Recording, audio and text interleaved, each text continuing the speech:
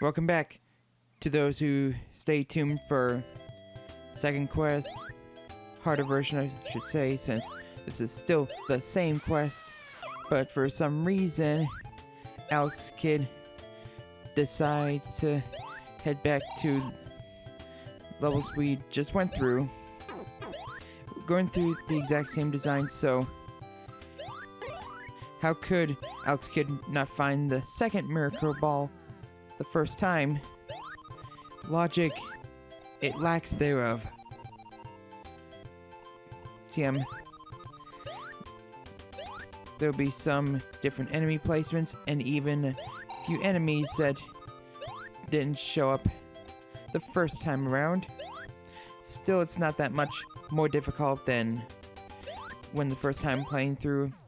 I haven't died that much more times than I did. Jumping over some crazy taxis.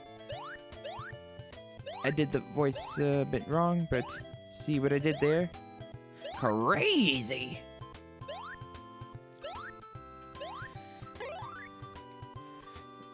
Still as wacky for a game as ever. Freaking cards. Freaking drops. Freaking letters. Hurts the poor, kiddo.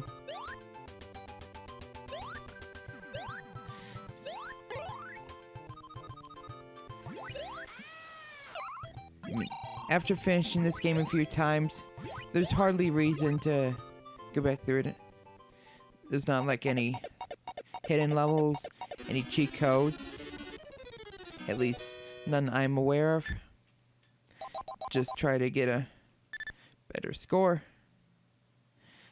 I mean, with a good chunk of these 8-bit games, even a lot of mediocre ones, are at least some stuff to try to locate, some things to try to mess with, areas you have yet to explore. But this one, not so much.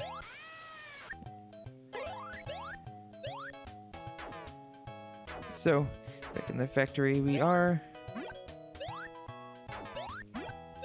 And the monitors would almost seem as if they'd give you a seizure.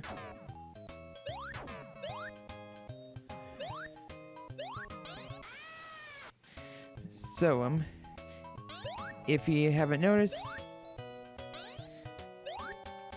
I'm now playing. I set the game's audio to sounding more Mega Drive-ish. I'm not European or anything. I just prefer the name Mega Drive over Genesis. Though I'm not a huge fan of the high-pitched sound chip for the Master System, I've always preferred the NES's. It's games like this that make it sound pretty darn good. Certainly has some charm to it that the newer sound chip kind of lacks. Still sounds pretty good though. And here's something you'll want to consider when jumping on that platform. As is moving to the right, do not try to move Alex Kidd. Otherwise, it'll be as if, it's kind of hard to explain, but Alex Kidd will not move along with the platformer. It's gonna be like Alex is sliding off or something. So don't do what I just did and move an Alex Kidd. Just wait until it moves and then you're free to do the same.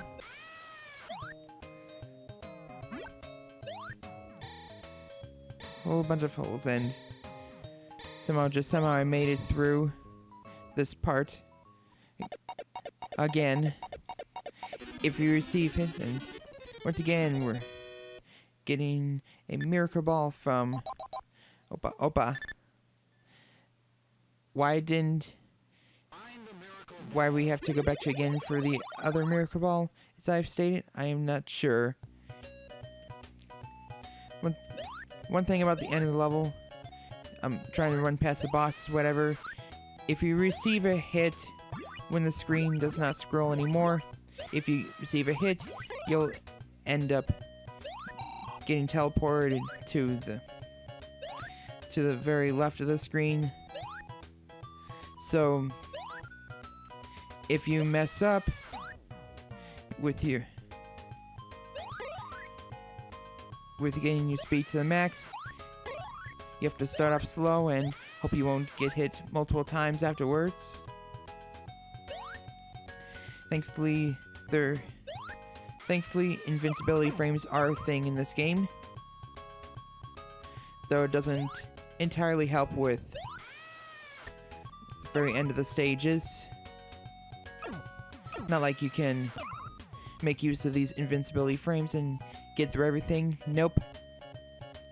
Alex Kidd does not run so swiftly. He's a pretty fast runner, but he's clearly not a Sonic. Clearly no Sonic. It truly is too bad that Sega hasn't used Alex Kidd outside of cameos and being a playable character in Sonic and Sega All-Stars / All-Stars Racing Transformed. I mean, Sega's in no financial position to take risks. Or at least, Sega of America is. Thankfully, franchises like Yakuza and Phantasy Star are doing pretty well in Japan. So Sega of Japan isn't going anywhere anytime soon. I mean, if the big end can take the chance, bring back Pit from Kid Icarus, one of the lesser popular Nintendo franchises, and sell 1 million plus, then damn it, Sega can do the same with the good amount of advertisement.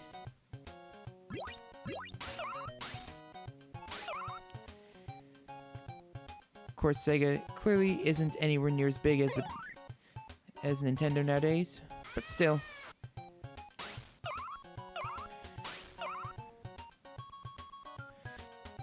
Doesn't have to be a high budget game.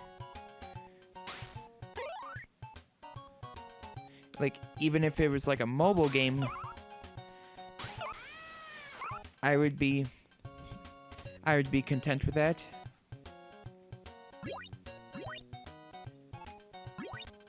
It would be a good collection. It'd be a fine place in my collection, along with like Plants vs. Zombies, Super Monkey Ball 2 Soccer Edition, the House of the Dead Overkill, and whatnot.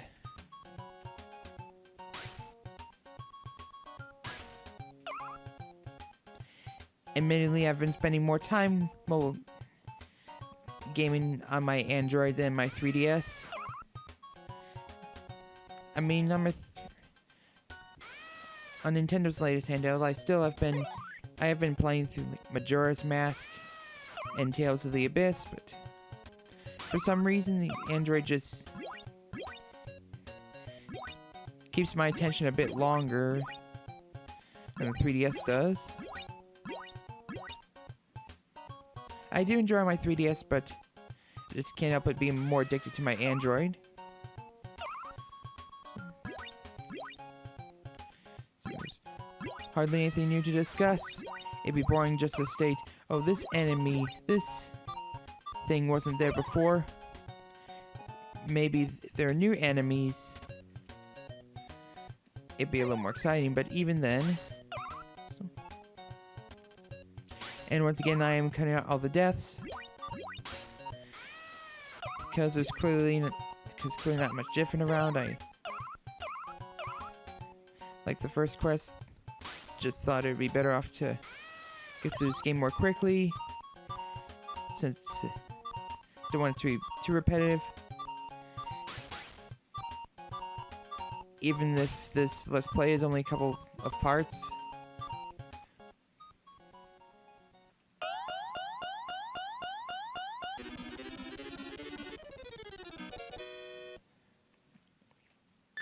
More points. Yay.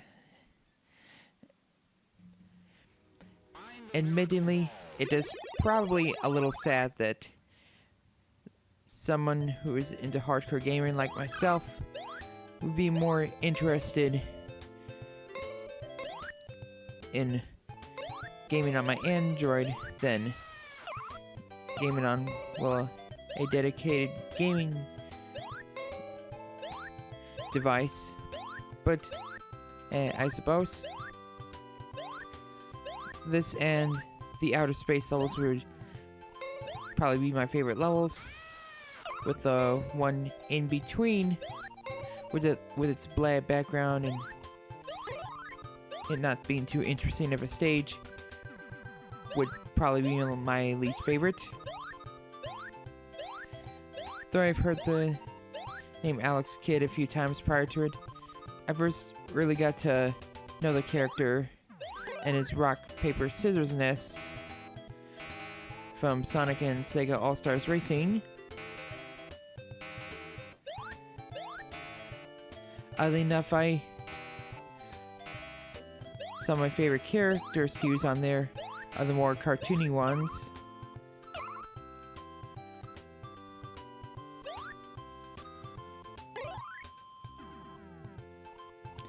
Make no mistake, I will get back into Rayman the Second after this. Rayman the Second and its limbless action and its lum collectingness.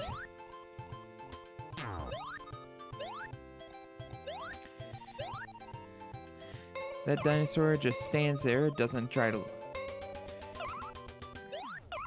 do anything, try to devour me or anything.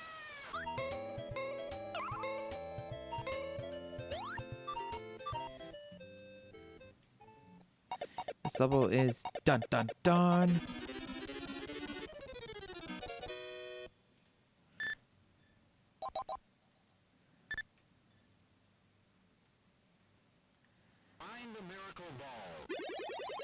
Your mama's a miracle ball. In all seriousness,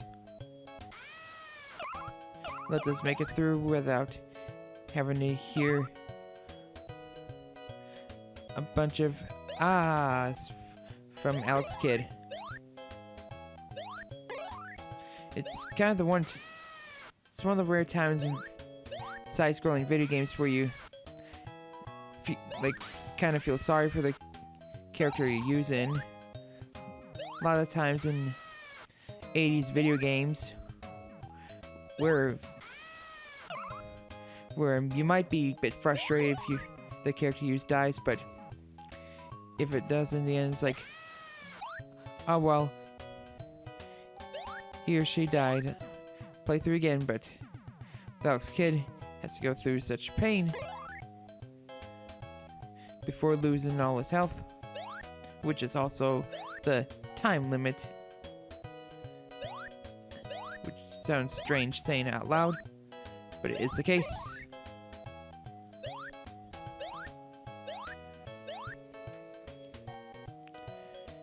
Now we're trying to run past airborne acid, some gas. If it's supposed to be gas, it looks more like acid. This game is bizarre, man. So many things trying to kill you.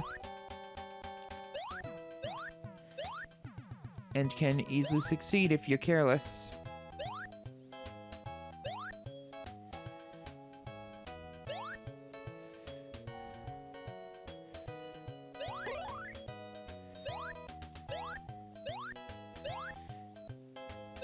Even drops can kill you so easily.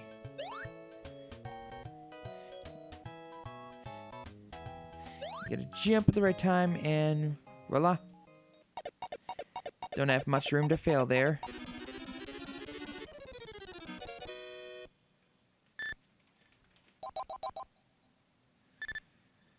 So time for the final level.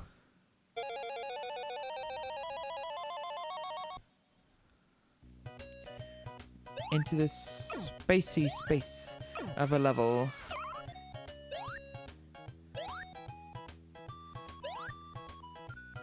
Passing through many of the same colored moons.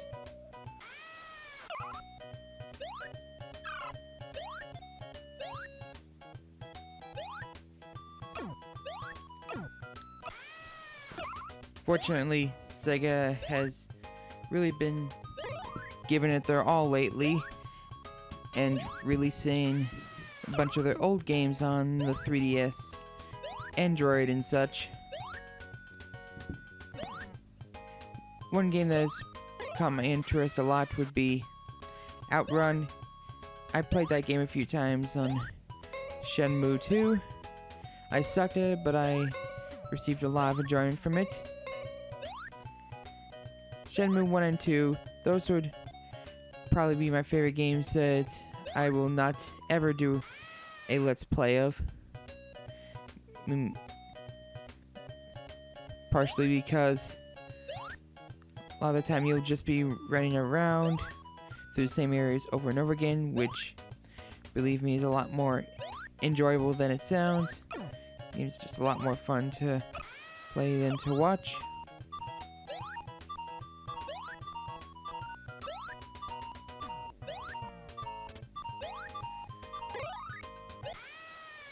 At least the beeping sound isn't as annoying as Alex Kidd scream.